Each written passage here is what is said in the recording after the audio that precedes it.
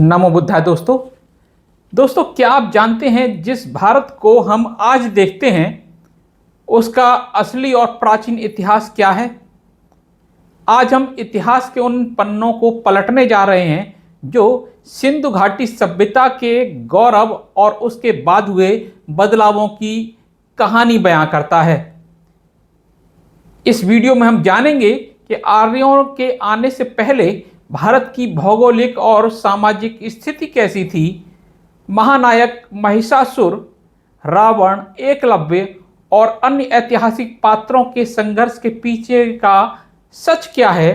क्या वाकई इतिहास उस तरह लिखा गया जैसा वो था, या फिर मूल निवासियों के गौरवशाली इतिहास के साथ कोई बड़ा फेरबदल हुआ। अगर आप भी भारत के इस अनसुने और गहरे इतिहास को प्रमाणों के साथ समझना चाहते हैं तो इस वीडियो को बिना स्किप किए अंत तक जरूर देखें। चलिए शुरू करते हैं। इस विषय पर चर्चा करने से पूर्व हम मानव जाति की दुनिया के अनेक भागों में आदिकाल में उत्पन्न हुई मानव नस्लों पर विचार कर लें, जिससे विषय वस्तु को आसानी से समझ सकें। हम यहाँ नस्लों की बात करेंगे। यूरेशियन रेस, उत्तरी एशिया, रूस, यूरोप, इंग्लैंड, आयरलैंड, उत्तरी अमेरिका आदि के लोगों को आर्य नस्ल कहा जाता है। इनका कद लंबा, रंग गोरा, नाक लंबी, आंखें भूरी, बाल भूरे काले, नाक नक्शे सुडौल, क्योंकि वहाँ की जलवायु ठंडी है। दूसरे मंगोलियन में चीनी, जापानी, नेपाली, भूटानी, सिक्किमी, तिब्बती, लद्दाखी आदि आते हैं, जिनका रंग पीला सा, दाढ़ी मूछ विरल, आंखें छोटी, कद छोटा किंतु मजबूत होता है। यहाँ की जलवायु समशीतोष्ण होती है। तीसरे नीग्रो ऑस्ट्रेलियन, इसमें अफ्रीका, साउथ अमेरिका, ऑस्ट्रेलिया, दक्षिण भारत, श्रीलंका, बर्मा, मालदीव, अंडमान निकोबार, ध्रुव दक्षिण के छोटे द्वीप समूह आदि आते हैं। यहाँ के लोगों का रंग काला, नाक चौड़ी, आंखें काली, बाल काले घने, ऊंचाई मध्यम। ये आर्य नस्ल की तुलना में कम सुडौल होते हैं। यहाँ की जलवायु गर्म है। जैसा कि हम पहले बता चुके हैं कि भारत के मूल निवासी नीग्रो ऑस्ट्रेलियन रेस से हैं, इसलिए वे यूरेशियन रेस से अलग हैं। उनकी शारीरिक बनावट आर्यों से भिन्न है, पर वहाँ और यहाँ के सभी लोग मानव जाति के ही हैं। अनार्य कोई असुर, राक्षस, दानव, दैत्य नहीं है, जैसा कि आर्य द्विज पुराणकारों ने उन्हें अमानुष, कुरूप या भयंकर बताया है। यह कुरूपता सीधे और भोले भारतीय मूल निवासियों को बदनाम करने के लिए साजिशन द्विज ग्रंथों में रची गई, जिसका प्रचार प्रसार वे आज भी अपने धर्म ग्रंथों, पुराणों के माध्यम से कथावाचकी कर रहे हैं। इसके अलावा लेखन में, चित्रों में, दृश्यों में, टेलीविजन आदि के इलेक्ट्रॉनिक मीडिया प्रसारणों में किया जा रहा है। भारत एक विशाल देश है। किसी समय यह पूर्व से पश्चिम तक लगभग 4000 किलोमीटर और उत्तर से दक्षिण तक 3200 किलोमीटर के क्षेत्र में फैला हुआ था, जिसकी 9600 किलोमीटर भू सीमा और 8000 किलोमीटर समुद्री सीमा थी। इसकी 9600 किलोमीटर भू सीमा और 8000, इसका क्षेत्रफल लगभग 32 लाख वर्ग किलोमीटर था, जो अमेरिका का 2/3 और ग्रेट ब्रिटेन से 20 गुना बड़ा था। 1947 में भारत विभाजन के बाद इसका क्षेत्र 1/3 घट गया, परंतु फिर भी आज भी यह काफी बड़ा देश है। भौगोलिक दृष्टि से भारत को 5 भागों में बांटा जा सकता है। पहला भाग उत्तरी पर्वतों का, जिसमें पश्चिमी और पूर्वी चोटियां और उनके ढलान हैं। इसी में कश्मीर, शिवालिक, टिहरी गढ़वाल, कुमायूं, नेपाल, सिक्किम और भूटान आते हैं। दूसरा भाग लगभग उत्तरी मैदान है, जिसकी सिंचाई सिंध और गंगा नदियों द्वारा होती है। यह मैदान अपनी उपजाऊ भूमि और पैदावार के लिए प्रसिद्ध है। इसमें बड़े आश्चर्य नहीं कि बड़े साम्राज्यों की स्थापना इसी भाग में हुई। तीसरा भाग मध्य भारत और दक्षिण का पठार है। नर्मदा और ताप्ती नदियाँ पश्चिम से पूर्व की ओर बहती हैं और शुष्क मौसम में सूख जाया करती हैं। सिंध और सतपुड़ा पर्वत उत्तरी भारत को दक्षिण से अलग करते हैं। चौथा भाग वह लंबी तंग मैदानों की पट्टी है जो समुद्र और पूर्वी पश्चिमी घाट के बीच में स्थित है। ये मैदान 1600 किलोमीटर लंबे हैं। पश्चिमी मैदान अरब सागर और पश्चिमी घाट के बीच है। कोंकण और मालाबार इसी के भाग हैं। यमुना से ब्रह्मपुत्र नदियों के तट के मैदान मध्य क्षेत्र अथवा बीच के देश कहलाते थे। यह भाग आर्य संस्कृति का केंद्र था। उत्तर पश्चिमी भाग उत्तरापथ कहलाता था। आर्यों के भारत आगमन के समय लगभग 1500 ईसा पूर्व में यह प्रायद्वीप जम्बूद्वीप के नाम से जाना जाता था। भारत नाम तो बहुत बाद का है। भारत की पूर्वी सीमा पर किरात, पश्चिम में यवन, दक्षिण में आंध्र और उत्तर में तुर्क निवास करते थे। इसके बीच भारत के मूल निवासी नाग, निषाद, द्रविड़ आदि वंशों का निवास था। तब यहाँ के मूल निवासी, जिन्हें आक्रांता आर्यों ने अनार्य कहा, अपनी श्रम, निष्ठा व सूझबूझ के कारण कृषि व कार्यों की वजह से बहुत संपन्न थे। यह दुनिया का समुन्नत आर्यों के आक्रमण का कारण ही यहाँ की संपन्नता थी। पश्चिमी भारत को प्रातीच्य और अपरांत कहते थे। पूर्वी भारत प्राच्य कहलाता था और दक्षिणी भारत दक्षिणापथ कहलाता था। यहाँ की सामाजिक स्थिति की थोड़ी सी चर्चा करेंगे। तब यहाँ के मूल निवासी द्रविड़, नाग, निषादों में मात्र सत्ता थी। नारी ही कुल की स्वामिनी होती थी। सारे अधिकार उसी के हाथ में थे, जिसने वनों पर शासन किया, जनों का निग्रह और शिखरों पर कुलाचे भरती, वन वृक्षों को आपाद मस्तक नाप लेती, तीव्र गति की नदियों का अवगाहन करती, सुअर का वह अपने पत्थर के भाले से शिकार करती, सिंह वाहिनी भी तब वह काल्पनिक दुर्गा नहीं, प्रयोग सिद्ध चंडी थी। सिंह और वाराह उसकी राह छोड़कर हट जाते थे। हाथी सिर झुका लेते थे और पुरुष तब दोयम दर्जे का था। उसके उपार्जित आहार पर आश्रित शिकार के लौटकर वह कंधों पर मृग या सुअर लेकर लौटती तो सारा परिवार उसे घेर लेता। सब उसका मुंह ताकते। सभी शाकाहारी मांसाहारी थे, पर ज्यादातर मांसाहारी थे। तब स्त्री पुरुष यौन संबंधों में कोई बंधन न था, परस्पर सामूहिकता थी। उपार्जित सभी वस्तुओं में सबका समान हक होता था। कोई शोषक न था, न कोई शोषित था। सभी पूर्व बुद्धों के उपासक प्रतीत होते थे, जिसका प्रमाण सिंधु घाटी सभ्यता के अवशेष हैं। तब यहाँ के मूल निवासियों के प्रमुखतः 3 कुल थे: नाग, निषाद और द्रविड़। नागवंशियों की पहचान का ध्वज चिन्ह सर्प था। निषाद वंश का नाविक शक्ति नाव, तो द्रविड़ों का कटार। बाबा साहेब डॉक्टर अंबेडकर ने अध्ययन के आधार पर स्थापना की कि पूर्व में ये तीनों एक ही कुल से विकसित हुए। इनमें परस्पर सद्भाव था, रक्त संबंध थे। समूचे देश के अलग अलग भागों में इन्हीं की सत्ता व्यवस्था थी। समय बदला जब लगभग 1500 ईसा पूर्व आक्रांता आर्यों ने इन्हें छल बल से पराजित कर दास बनाया। कालांतर में इन्हीं दासों से मूल निवासी बहुजन जातियों का प्रादुर्भाव हुआ, जिन्हें आज ओबीसी, एससी, एसटी कहा जाता है। इन्हीं में से कुछ ने आर्य द्विजों की ज्यादती व अत्याचार से बचने के लिए इस्लाम काल में इस्लाम व अंग्रेजी काल में ईसाई धर्म कबूल किया और उन्हें अल्पसंख्यक कहा जाता था। पर अब इनकी संख्या भारत की आबादी का लगभग 85 से 90% भाग है। इनकी निवास और आर्थिक स्थिति कैसी थी? मूल निवासी भवन निर्माण कला सीख गए थे। नगरीय व्यवस्था विकसित थी। पक्के ईंटों के मकान, महल, किले तक का निर्माण कला भी सीख गए थे। सभी घरों के अंदर निवास करते थे। मिट्टी के बर्तन, खिलौने और अनाज रखने के लिए बड़े बखार बनाते थे। सैंधव सभ्यता के पुरावशेषों में मनोती स्तूप प्राप्त हुए हैं, जो छोटे छोटे हुआ करते थे। आर्य अभी तक चारागाह युग तक ही बढ़ सके थे, पर यहाँ के मूल निवासी चारागाह युग से आगे कृषि युग में पहुँच गए थे। यह बीज उगाकर कृषि करते थे, बगीचे लगाते और फसलों की सिंचाई के लिए नदियों से नहर निकालते थे।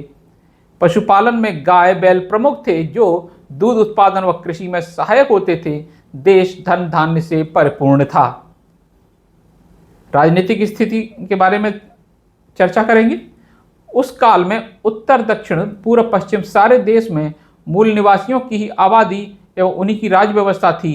नागों, निषाद और द्रविड़ों में कभी युद्ध न होते थे क्योंकि उनका मूल वंश एक था। यद्यपि समय के साथ उनके पृथक नाग, निषाद, द्रविड़ कुल विकसित हो चुके थे जिनकी सत्ताएं स्वतंत्र थीं, फिर भी रोटी बेटी के संबंध थे।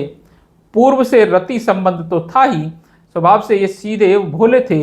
ईर्ष्या व द्वेष की भावना आर्यों की तरह अभी तक उनमें नहीं पनपी थी।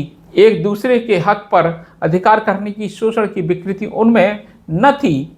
यद्यपि चरवाहे आर्य कबीले सिंधु के उत्तर हिमालय की तराई से लेकर तिब्बत व अफगानिस्तान तक झोपड़े बनाकर बस चुके थे, जो पहाड़ी मैदानों में पशु चराते, जंगली जानवरों को मारकर उनके मांस व पहाड़ी कंदमूल पर खाद्यान्नों पर निर्भर थे। वह लोग कभी अनार्य बस्तियों में चोरी करते तो कभी पशु हाँक ले जाते, किंतु सिंधुवासी अनार्यों को उनसे कोई खतरा न दिखता था। पर शक्र के नेतृत्व में आर्यों ने यहाँ हमला बोल दिया। अनार्यों ने अपनी शक्ति भर उनका मुकाबला किया, किंतु आर्यों के पास लोहे के अस्त्र शस्त्र, कुल्हाड़े, भाले, बर्छी, तलवार, तीर, कमानों, फुर्तीले घोड़े होने से वे विजयी हुए। मूल निवासियों के पास लोहे के औजार और घोड़े न होने के कारण वे पराजित हुए।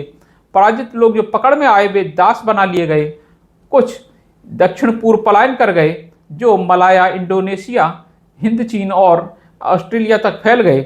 आर्यों ने यह आक्रमण लगभग 2000 ईसा पूर्व से 1500 ईसा पूर्व तक के समय में सिंधु घाटी पर अपना आधिपत्य जमा लिया था।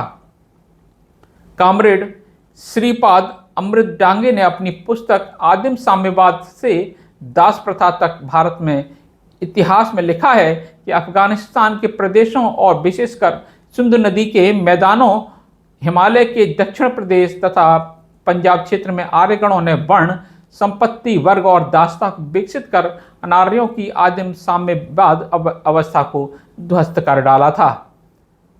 आर्यों के प्राचीन वैदिक क्रियाकलापों का संबंध इसी क्षेत्र से है। पूर्व में जो परंपराएं चलती थीं और उन परंपराओं के गुरु हुआ करते थे और उसमें मनोती स्तूप प्राप्त हुए हैं, वे विदेशी लोगों की पूजा नहीं करते थे, बल्कि यहाँ के मूल निवासी नागवंशियों को ही परंपरा को निभाते थे। वे ही मूल निवासियों की शक्ति, सत्ता व सत्र विद्या के केंद्र थे।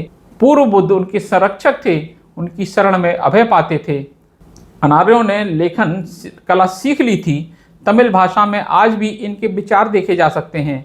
महामना ज्योतिबा फूले ने इस सत्य को अपनी पुस्तक गुलामगिरी में उजागर किया है कि आर्यों के आक्रमण के क्रम में ही विष्णु द्वारा महाराज बलि से छल कर 3 पग भूमि दान के बहाने शिक्षा, सत्ता व संपत्ति से वंचित कर मूल निवासियों को सदा के लिए दीनहीन गुलाम बना दिया था। भारत की मूल निवासी सिंधु घाटी की सभ्यता मोहनजोदड़ो, हड़प्पा, पंजाब तक की सभ्यता के निर्माता थे। यह सभ्यता कई सदियों में विकसित हुई। इस सभ्यता का चरम सिंधुराज शंबर की वास्तुकला थी। जब शंबर नरेश ने अपनी कुशल वास्तुकला से 100 दुर्गों यानी किलों का निर्माण कराया और सुरक्षा के लिए पक्की 4 दीवारी यानी परकोटा बनवाया, उस समय भारत कृषि व्यापार में तब की दुनिया के सर्वोच्च देशों में था।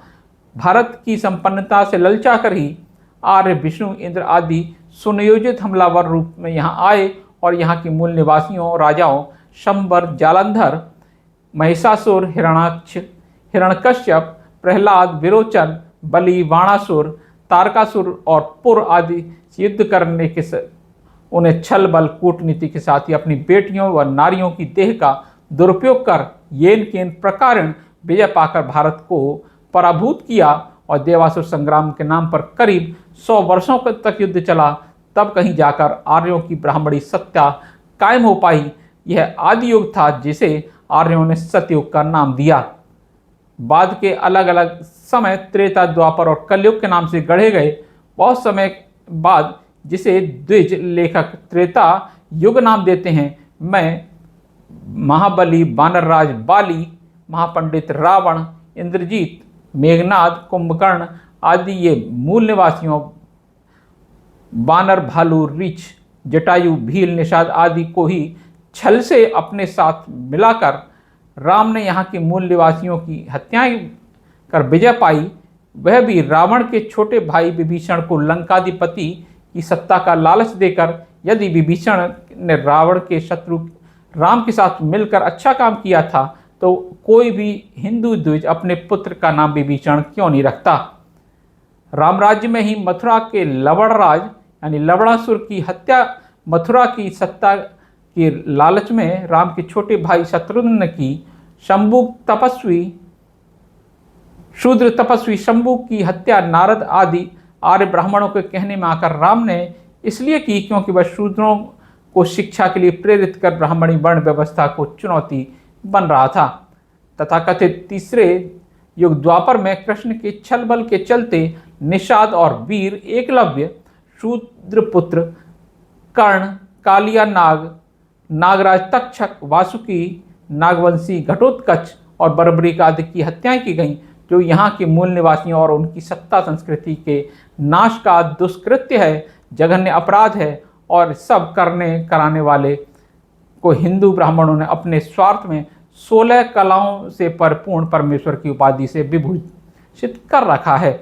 अभी हम आर्यों के आगमन से पूर्व के भारत की स्थिति का अवलोकन कर रहे थे।